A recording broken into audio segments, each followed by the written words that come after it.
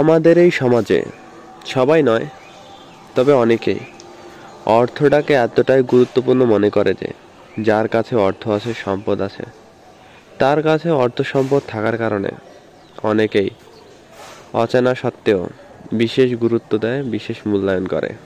কিন্তু একটা বিষয় মনে রাখা উচিত, অর্থ সম্পদের থেকে গুরুত্বপূর্ণ হচ্ছে সম্মান, মানবিক মূল্যবোধ। অর্থ সম্পদ ছাড়াও মানুষ মানুষের কাছে গ্রহণযোগ্যতা তখনই পায় যখন মানুষ হিসেবে মানুষের মানবিক মূল্যবোধ অনেক বেশি গুরুত্ব পায় কিংবা গুরুত্বপূর্ণ হয়ে ওঠে। অর্থ সম্পদ কি? অর্থ সম্পদ আজ আছে, কালকে যদি কোনো বড় ধরনের দুর্ঘটনা ঘটে বা ছোটখাটো ভুল হয় বা বড় ধরনের কোনো ভুল করি, তবে অর্থ সম্পদ চলে যেতে খুব বেশি সময় লাগে না।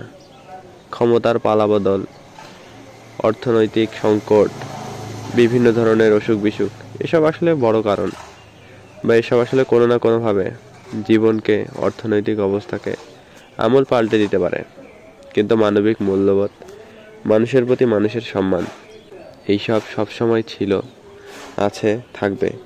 অর্থকে অবমূল্যায়ন করছি না, আসলে অর্থের প্রতি গুরুত্ব দিতে গিয়ে আমরা যখন মানবিক মূল্যবোধ, মানুষ হিসেবে মানুষের সম্মান যে একটা পাওয়ার কথা, পাওয়া দরকার, প্রত্যেকে চায়, সেটা যখন ভুলে যায়, তখন অর্থের যে একটা, কি বলবো, খারাপ দৃষ্টিকোণ, মানে অর্থের প্রতি একটা খারাপ দৃষ্টিকোণ চলে আসে।